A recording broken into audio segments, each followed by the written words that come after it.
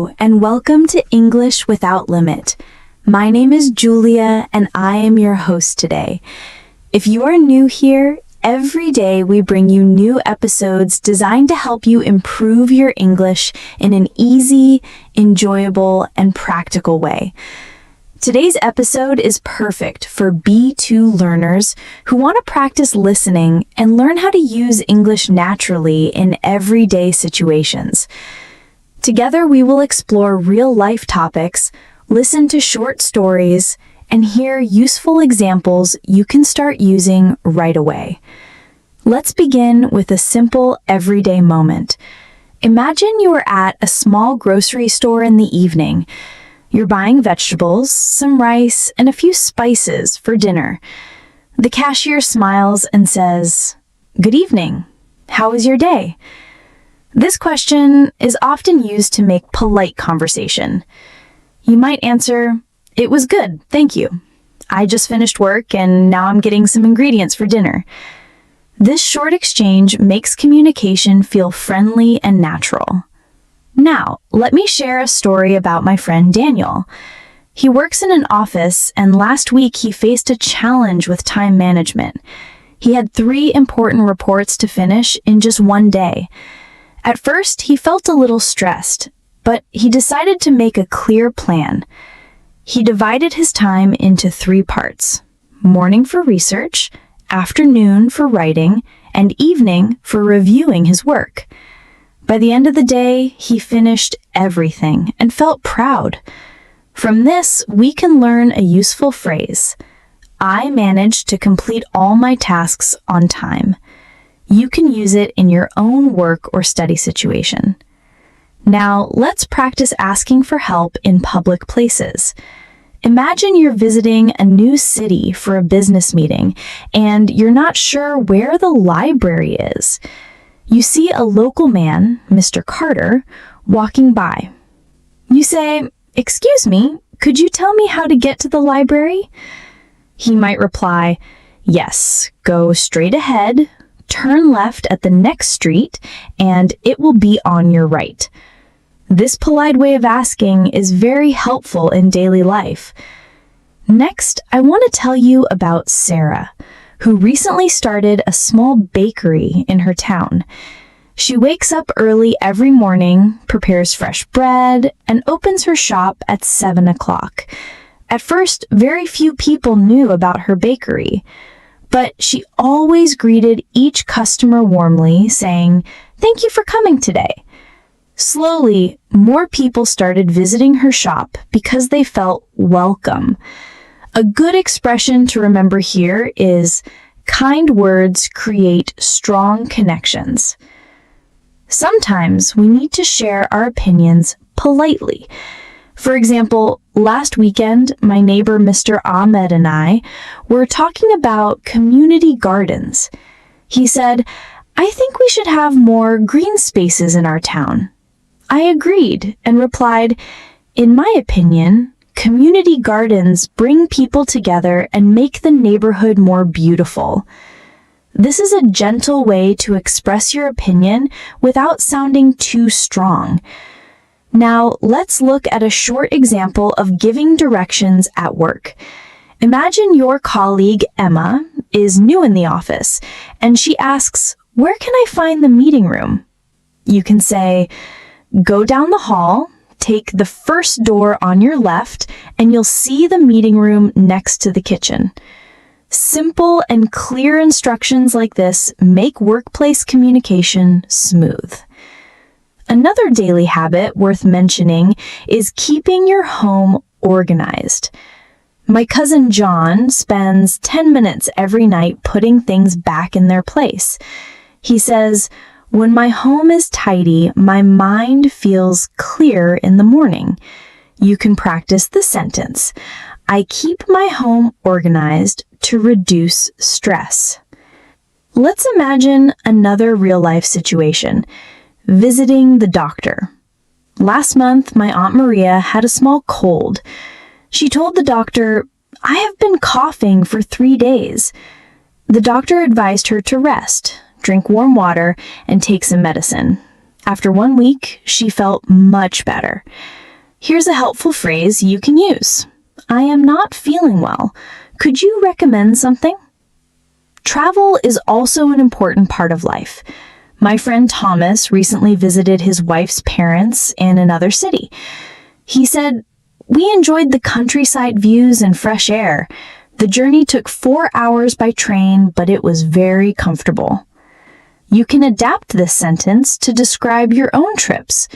We enjoyed the trip because the weather was pleasant and the people were friendly. Now, imagine you're at a workplace meeting. The manager asks, "Does anyone have a suggestion for improving our customer service?" You can answer, "I suggest creating a feedback form so we can understand what our customers need." This is a polite and professional way to share your ideas. Last Sunday, my neighbor Mrs. Wilson invited us to a family lunch. She prepared rice, grilled chicken, and fresh salad. During the meal, her husband said, "It is always nice to spend time together and share good food." Moments like this remind us how meals help build strong family connections. You can say, "I enjoy having lunch with my family because it makes us feel connected." A quick learning tip: repeat simple phrases you hear during the day. For example, if someone says, "Could you help me with this?" repeat it to yourself later. This helps you remember and use expressions more naturally. Let's continue with a moment at a hardware store. Imagine you are buying tools. The shop assistant, Mr. Lewis, asks, "Do you need any help finding the items?" You reply, "Yes, I'm looking for a screwdriver and some nails to fix a shelf." This polite exchange is very common when shopping. I also want to share a story about Anna, a primary school teacher. Last month, she organized a reading event for the children. She invited parents, prepared books, and even created a reading corner with chairs and snacks. One parent said, "Thank you for arranging this. My son enjoyed it a lot." Anna replied, "I am happy to hear that. Reading together makes learning more fun." Planning your day is another useful topic. My cousin Michael, who works in sales, always writes down 3 important tasks every morning. He says, "When I write my tasks down, I feel more focused." At the end of the day, he checks his list and feels satisfied. You can say, "I plan my day by writing down my tasks in the morning." Shopping also gives us many opportunities to practice English. Imagine you are at a fruit market. You say, "Excuse me, how much are these apples per kilogram?" The seller replies, "They are $3 per kilogram." You answer, "Thank you. I will take 2 kilograms, please."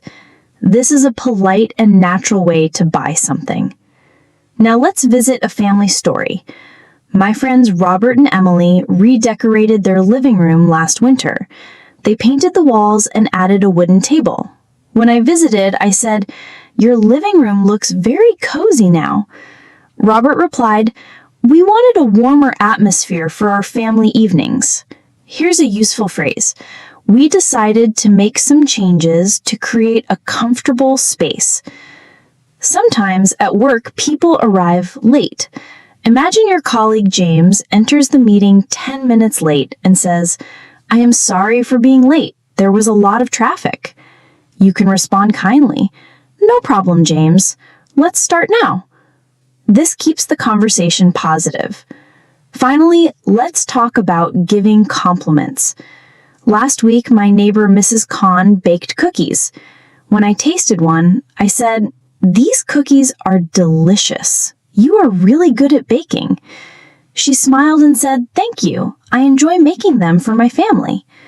Simple compliments like this help build friendly connections. Let's begin with a story about a man named Peter.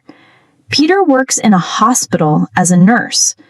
One evening, after finishing his shift, he noticed an elderly man having trouble finding the right bus stop. Peter said, "Sir, can I help you find your bus?" The man replied, "Yes, please. I am trying to get to the central station." Peter walked with him and pointed to the correct bus. This is a simple but powerful example of kindness in daily life. You can practice saying, "Can I help you with that?"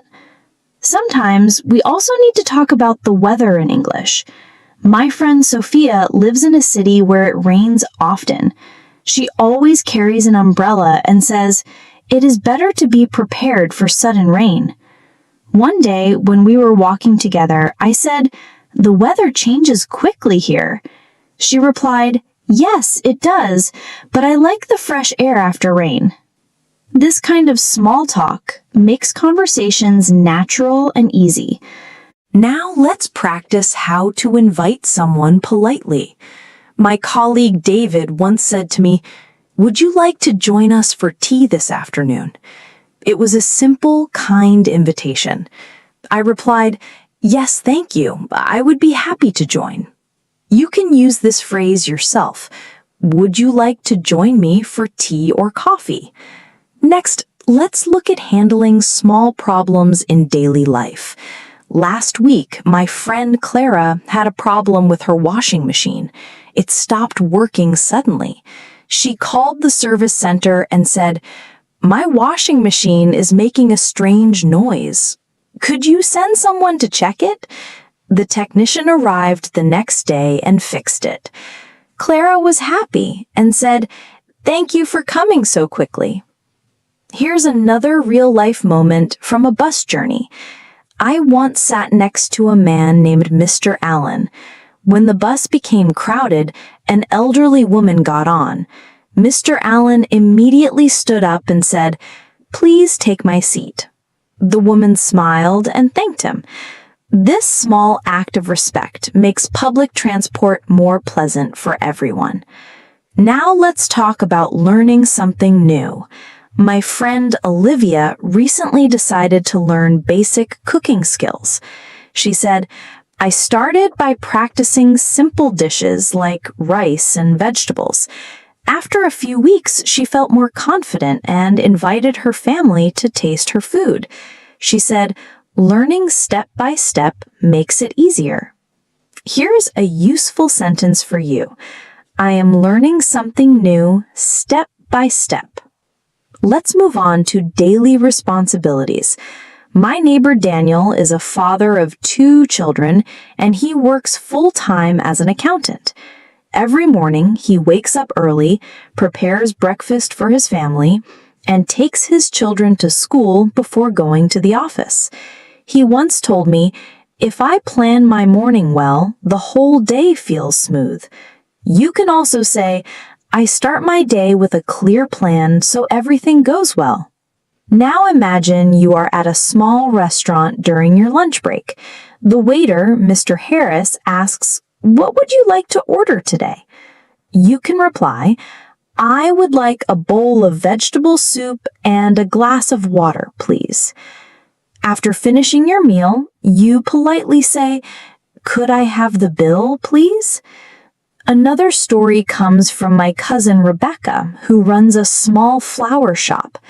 During spring, she wakes up at 5 in the morning to pick fresh flowers from a local farm. She says, "Fresh flowers bring joy to people's homes." Last week, a man came to her shop and said, "I want to buy a bouquet for my wife's birthday." Rebecca helped him choose beautiful roses and wrapped them carefully. He left saying, "Thank you for helping me make her day special." This shows how small gestures create happiness. Now let's practice solving a problem at home. My friend Mark once had a leaky tap in his kitchen. Instead of waiting many days, he called a plumber right away and said, "There is a leak in my kitchen tap. Could you come today?" The plumber arrived, fixed it, and Mark said, "I appreciate your quick response." Meeting new people is also an important skill. Last week, a new family moved next door. The father, Mr. Brown, said, "We just moved here from another city." I replied, "Welcome to the neighborhood. If you need any help, please let me know." This simple sentence makes new people feel comfortable. Now let's practice asking for information in an office setting. Imagine you are new at a company and you don't know where the photocopier is. You can ask your colleague, "Could you please show me where the photocopier is?" Your colleague may answer, "Sure, it's down the hallway next to the meeting room." Sometimes patience is needed in real life. My Uncle William often travels for business. Last month, his flight was delayed by 2 hours. Instead of complaining, he said to the staff, "I understand these things happen. Thank you for keeping us informed." Here's a phrase you can use. "I understand the situation. Thank you for updating me." Now let's express excitement politely. My friend Clara passed her driving test last week. When she called me, she said, "I am so happy. I finally passed my test." I replied, "Congratulations. I knew you could do it." This is a natural way to show support and happiness. Another common situation is returning an item to a store. My neighbor Emma once bought a kettle that didn't work properly. She went back to the store and said, "I bought this kettle 2 days ago, but it is not working. Could I exchange it for another one?" The shop assistant gave her a new one, and Emma said, "Thank you for your help." Sometimes we give advice to friends or family. My cousin Nathan had trouble waking up early for his new job. I told him, "Try going to bed 30 minutes earlier and set a second alarm if needed." 1 week later, he said, "Your advice helped me. I feel more energetic now." Here is a useful phrase for you. I gave some advice and it made a difference. Let's also practice asking for directions in a big building. Imagine you are in a hospital and need to find the pharmacy. You can ask, "Excuse me, could you tell me how to get to the pharmacy?" The receptionist may say, "Take the elevator to the 2nd floor, turn right, and you will see it next to the waiting area." Here's a story from a community event. Last month, our town organized a cleanup day. Families, children, and elderly neighbors all joined. One woman said, "It feels good to make our streets clean and safe." Her husband added, "This kind of teamwork makes our community better." You can practice this sentence. Working together makes the place we live in more beautiful. Finally, let's talk about unexpected kindness. A man named Jacob was once carrying heavy bags at the train station. Suddenly, a young man came over and said, "Let me help you with those." Jacob thanked him and replied, "That is very kind of you."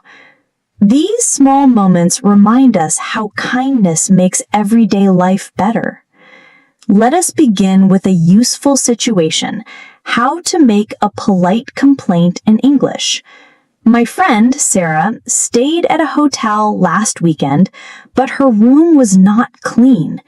Instead of getting angry, she called the reception and said, "Excuse me, my room has not been cleaned. Could someone take care of it, please?" The staff apologized and sent a cleaner immediately. This is a good example of expressing concern politely without sounding rude. Now, let's imagine a friendly moment at the park. A woman named Mrs. Lee was walking her dog. I smiled and said, "Your dog looks very friendly." She replied, "Thank you. He loves meeting new people." A small compliment like this is a wonderful way to start a conversation.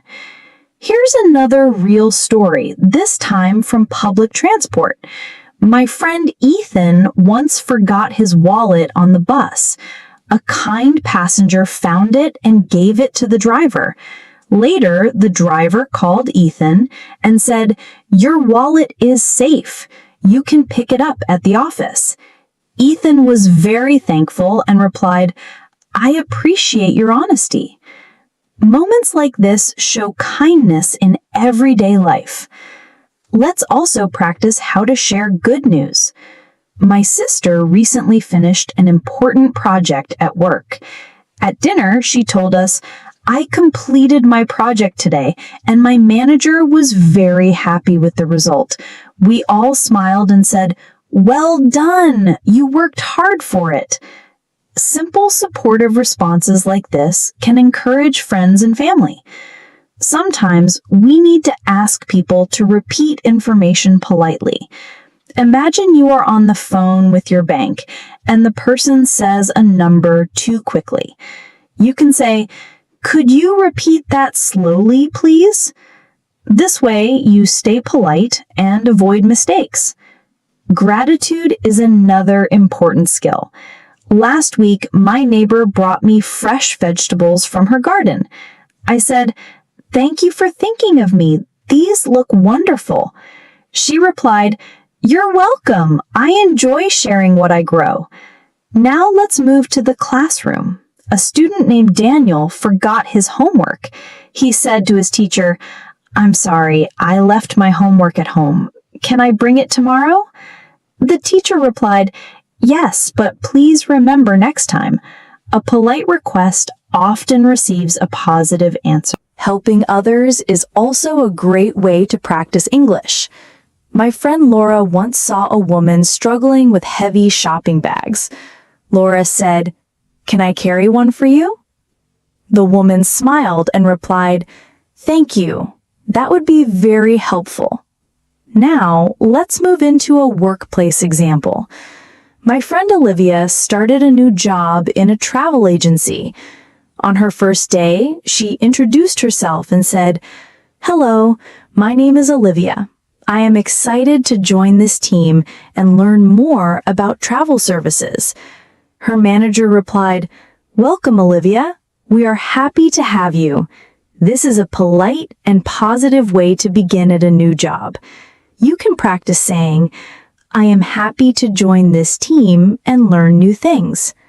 Sometimes plans change because of the weather. Last week, my Uncle Samuel planned a picnic.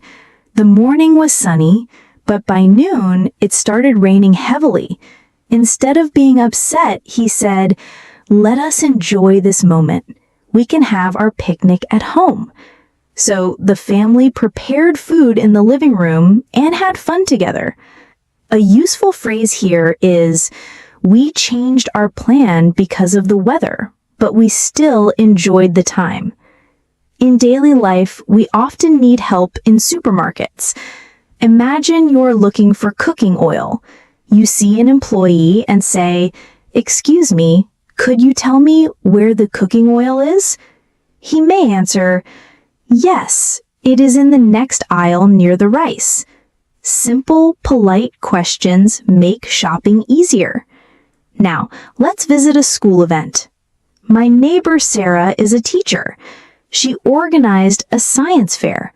Many parents came, and one father said, "I am impressed with how the students explained their projects." Sarah replied, "Thank you. They worked very hard, and this event helps them gain confidence." Borrowing and returning items is also part of daily life. My friend Michael borrowed a ladder from his neighbor. After using it, he returned it and said, "Thank you for lending me your ladder. It was very helpful." The neighbor smiled and replied, "You're welcome. I'm glad it helped." Now, let's see how to refuse politely. My colleague Emma once invited me for tea. She said, "Would you like to join us this evening?" I replied, "Thank you for inviting me, but I already have another appointment." This way, you stay polite while saying no. Here is another everyday situation, moving to a new house. My friend David recently moved with his wife and little daughter. On the first weekend, they invited their neighbors for tea. David said, "We wanted to meet everyone and make new friends." One of the neighbors replied, That is very thoughtful. It is nice to have friendly people nearby. Inviting people in this way builds strong community connections. Now, let's look at asking for clarification in a meeting. Imagine your manager gives instructions very quickly and you miss one detail. You can say, "Could you please explain the last part again?" This shows you are paying attention and want to do the task correctly. Sometimes we receive advice from older family members. My grandfather once told me, "Always save a little money each month. It helps in times of need." I followed his advice, and later, when I had to pay for unexpected repairs, I was thankful for his wisdom. You can use this sentence yourself. I followed my grandfather's advice, and it helped me a lot. Now, let's enjoy a travel story. My friend James visited a mountain town for work. He stayed in a small guest house owned by a kind family. Each morning, they offered him breakfast with warm bread and tea. James said, "The hospitality here makes me feel at home." This is a wonderful way to describe warm and friendly treatment. Next, let's practice asking for permission politely. My colleague Lisa needed to leave work 1 hour early because her child was sick. She went to her manager and said, "May I leave a little earlier today? My child is not feeling well." The manager replied, "Yes, please take care of your family." This is a polite and responsible way to ask for permission. Now imagine you meet a lost tourist. Last month, I saw a visitor near the bus stop who looked confused. He said, "Excuse me, can you tell me how to get to the city park?" I replied, "Yes, go straight for 2 blocks and turn right. The park will be on your left." He smiled and said, "Thank you. You are very kind." Here is another small but friendly workplace moment. My colleague Peter once brought homemade bread. I tried it and said, "This bread tastes great. Did you bake it yourself?" He smiled and replied, "Yes, I baked it last night. I enjoy trying new recipes." A simple compliment often leads to a pleasant conversation. Now, let's picture a busy train station. My Aunt Rachel was carrying her baby and a heavy bag. A young man noticed and said, "Let me help you carry that bag."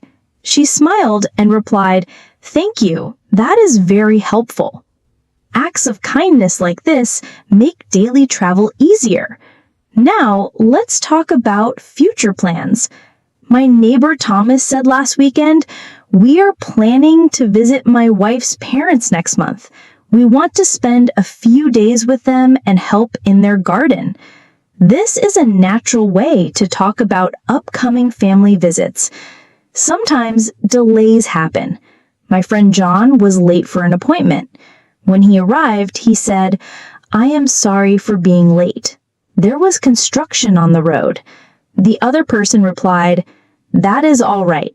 Thank you for letting me know." This is a polite way to explain and accept a delay.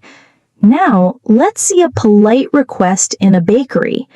Imagine you buy a loaf of bread, but you want it sliced. You can say, "Could you slice the bread for me, please?" The shop assistant may answer, "Of course, no problem." Sometimes it's important to give positive feedback. My cousin Maria attended a cooking class. Afterwards, she said to the instructor, "Your teaching style is very clear. I learned a lot today." The instructor smiled and replied, "Thank you for the kind words."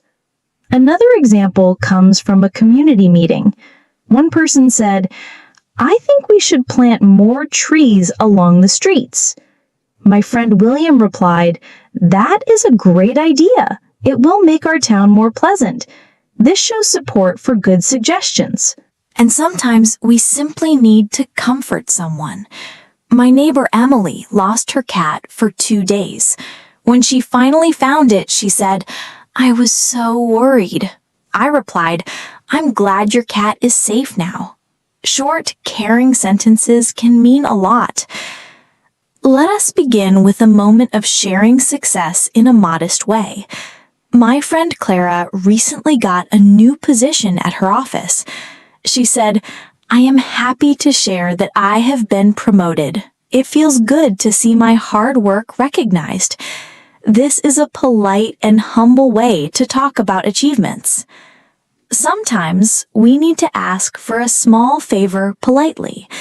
My colleague Nathan once said, could you please send me the report by this evening? I need it for tomorrow's meeting. This is a simple and respectful request. Now let us think about a very common daily task, visiting the bank. My friend Henry went to his bank to open a savings account. The bank clerk greeted him. Good morning. How can I help you today? Henry replied, I would like to open a savings account, please. The clerk asked for his identification and explained the process. At the end, Henry said, thank you for your assistance. This is a polite way to manage financial tasks. At home, we sometimes need to give clear instructions. My cousin Laura asked her husband to help with dinner. She said, please cut the vegetables into small pieces and put them in the bowl. He followed her instructions and dinner was ready quickly. This shows how direct but polite language works well in teamwork. Now let's go shopping for clothes. My neighbor Sophia went to buy a new coat. The shop assistant said, would you like to try a larger size? Sophia replied, yes, please. The one I am wearing feels a little tight. After trying the new size, she said, this one fits perfectly. I will take it. Here's another real-life example from a community meeting. Mr. Adams, an elderly man, said, we need to make the sidewalk safer for children. A young father added, I agree with you. Adding better lights would help too. This shows how people can share ideas respectfully. Think about asking for help with heavy items. Last week, my Aunt Helen had a big box to move upstairs. She asked her neighbor, could you help me carry this box? It is too heavy for me. The neighbor replied, of course, I will help you. Simple requests like this build cooperation in daily life. Sometimes we also talk about simple pleasures. My friend Samuel enjoys gardening. He said, I spend 30 minutes every morning watering the plants. It makes me feel calm. You can also use this sentence to describe your own routine. I enjoy spending time in my garden because it relaxes me. Now let's look at a polite way to handle a late delivery. My colleague Emma ordered office supplies online. They arrived 2 days late. She called customer service and said, I ordered these items last week, but they came later than expected. Could you make sure it does not happen next time? The agent apologized and even offered her a discount. Inside a shopping mall, we often need directions. A visitor named Mr. Carter asked a staff member, excuse me, where can I find the electronics section? The staff replied, go straight ahead and take the escalator to the second floor. Here's another everyday situation, a medical appointment. My friend Olivia went to the dentist for a regular checkup. The dentist said, your teeth look healthy, but you need to brush twice a day. Olivia replied, thank you for the advice. I will follow it. Another daily situation comes from a doctor's office. My Uncle George had an appointment last month. The doctor said, your blood pressure is a little high. Please reduce salt in your food. George replied, thank you, doctor. I will follow your advice. This shows how to receive medical instructions politely. Let us think about a polite way to ask for service at a cafe. My friend Clara went to a coffee shop. She said, "Could I have a cappuccino with less sugar, please?" The barista replied, "Of course, I will prepare it right away." After looking at the menu, Anna said, "I would like the vegetable soup and salad." This is a polite and clear way to order. Sometimes we confirm information. My cousin David called a hotel and said, "I booked a room for 2 nights. Could you